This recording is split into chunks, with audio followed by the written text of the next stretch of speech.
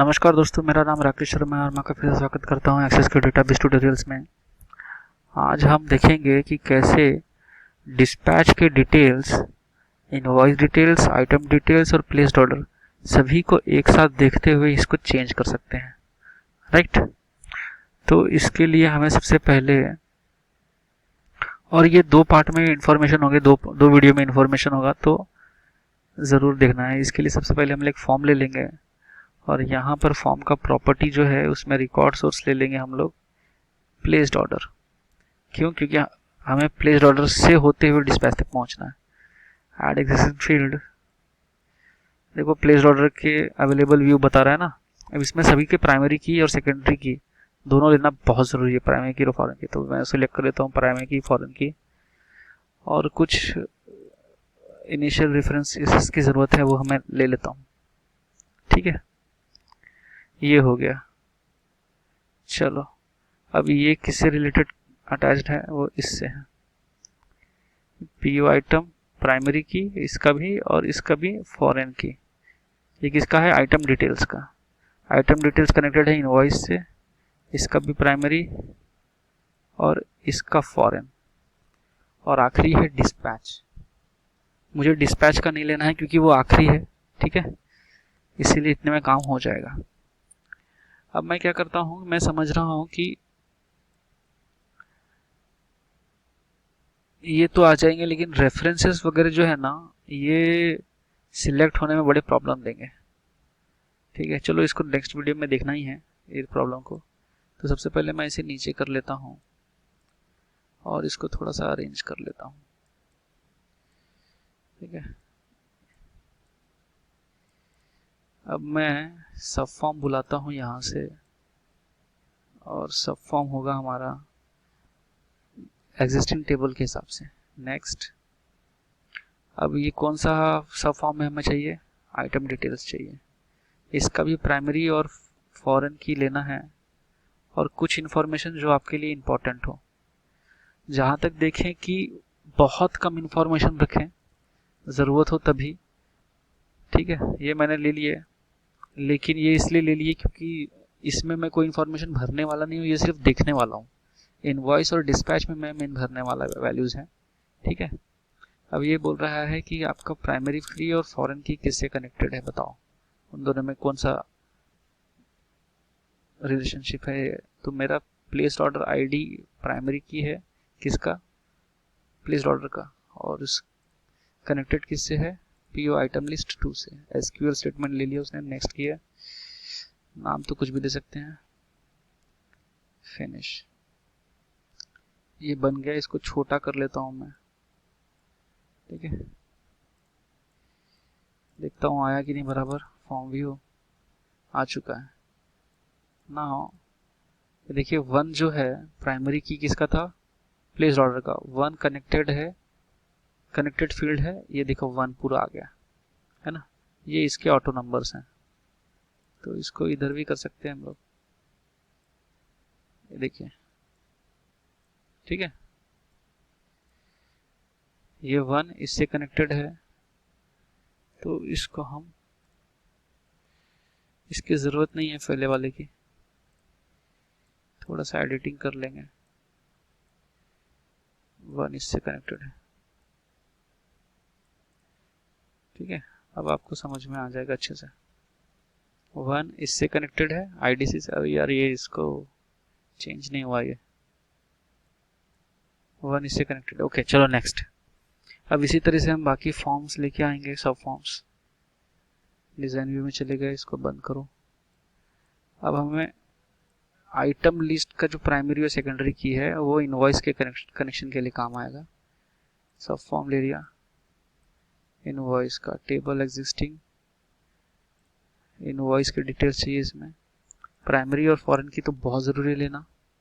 मैं इसमें से बहुत लिमिटेड इन्फॉर्मेशन लूँगा ताकि मेरे पास बाद में मैं इसके लिए जो डेडिकेटेड फॉर्म बनाऊँगा इनवॉइसेस के लिए, वहाँ पर मुझे फ़ायदा हो। नेक्स्ट, अब डिफाइन करने जाता हूँ तो देखिए यहाँ पर प्लेस्ड ऑर्डर के बारे में पूछ रहा है, और प्लेस्ड ऑर्डर आईडी किसका इन्फॉर्मेशन है? इसका इन्फॉर्मेशन। तो ये प्राइमरी की से कनेक्ट मुझे मेरे फॉरेन की से नहीं करना है ना। और यहाँ पर कोई और इन्फॉर्मेशन आ रही है क्या? आ रही है, ये देखिए, पीओ आइटम लिस्ट की आईडी इनवॉइस की 2 से कनेक्टेड है, राइट है ना। Next, finish. ठीक है, ये हमारा सेकंड बन गया। अब थर्ड बिट ऑफ इंफॉर्मेशन के लिए एक और मैं ले लूंगा फॉर्म। अब ये लंबा चाहिए क्योंकि इसमें मैं सारे इंफॉर्मेशन भरने की कोशिश करूंगा।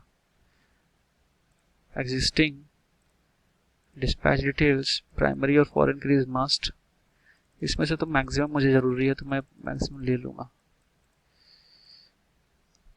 अब देखो ये बोल रहा है कि इनवॉइस आईडी से कनेक्टेड वाला एसक्यूएल स्टेटमेंट दो क्या? हाँ, ये यहाँ से ले सकते हैं या तो यहाँ से भी हम डिसाइड कर सकते हैं जो सबसे आखिरी में आ रहा है। इसका इनवॉइस आईडी इसका डिस्पैच डिटेल के इससे कनेक्टेड है, फॉरेन की से। नेक्स्ट, फिनिश, है ना। अब इसे हम थोड़ा छोटा कर लेते हैं, इसे थोड़ा लंबा कर लेते हैं।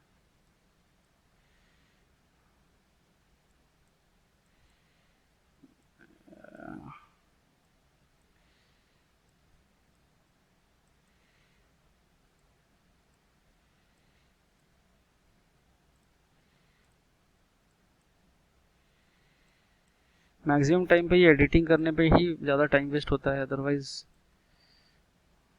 टाइम वेस्ट होता नहीं, राइट।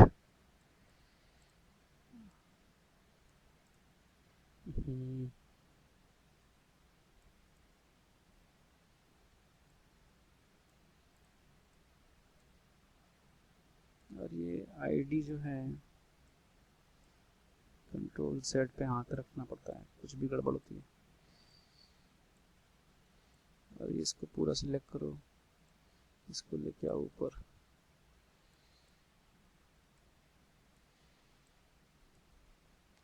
ठीक है, ये किसका इंफॉर्मेशन था?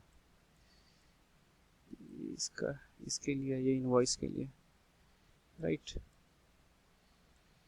तो ये मैं सब कुछ एडिटिंग करके ले आया ताकि जब हम इसको देखें एक फॉर्म तो कम्प्लीटली आना चाहिए दिखने लायक, राइट। तो इसे हम किसी भी तरह से एडिट कर लेंगे। अब ये देखिए, मैं यहाँ से चेंज करूँगा तो यहाँ की वैल्यू चेंज होनी चाहिए। अगर ये होता है तो ही हमारा ये फंक्शन काम का है, अदरवाइज कोई काम का नहीं। तो अभी मैं कहाँ पर हूँ? 1 पे, है ना। 1 की सारी इन्फॉर्मेशन है, मतलब प्लेस्ड ऑर्डर में 4 आइटम डिटेल्स हैं।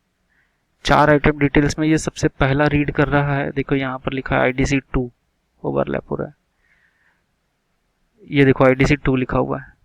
ये 2 में 3 इनवॉइसेस बने हैं और 3 इनवॉइसेस में सबसे पहला रीड कर रहा है 9, है ना। अब देखो रीड कर रहा है 10 इनवॉइस, रीड कर रहा है 16th। मतलब अगर मैं अभी यहाँ पर कुछ भी इंफॉर्मेशन डालता हूँ, डेट डाल देता हूँ, तो ये बोल रहा है कि 16th वाले इनवॉइस पे आपका एक डिस्पैच जा चुका है, दूसरा भी करना है क्या? नहीं करना है तो मत करो, न्यू के लिए यहाँ पर खड़ा हो चुका है। ये मैंने यहाँ पर डाल दिया कोई और नंबर, ठीक है। तो मतलब इसका कहने का मतलब ये हो गया कि 16th नंबर इनवॉइस में 2 डिस्पैच हुए हैं। उसी तरह से 10 वाले में जितना होना है और 9 वाले में जितना बताया यहाँ पे, और वो पूरे जो है इनवॉइसेस और डिस्पैचेस सिर्फ इसके लिए बने हैं। तो 3 पे जाए तो क्या होगा? तो देखो यहाँ पर आ जाते हैं। जब यहाँ पर 3 आ चुका है तो मतलब अब वही रीड कर रहा है पूरे वैल्यूज।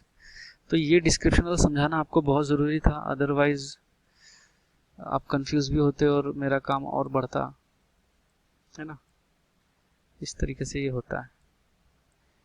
अब ये तो हमारा काम बन गया कि भाई ये इस तरह से काम कर रहा है, सब कुछ है। इसमें सबसे बड़ा प्रॉब्लम यही आता है कि हमें अगर मान लीजिए 2000 हमारे पास इंफॉर्मेशन है तो क्या हम इसे यहीं से टर्न करते रहेंगे? ये देखिए चेंज होते रह रहा है। दूसरा है कि यहाँ पर जितना कम इंफॉर्मेशन आप देंगे, जितना कम इंफॉर्मेशन, उतना ज़्यादा अच्छा है आपके लिए, इसके लिए भी और यहाँ पर भी।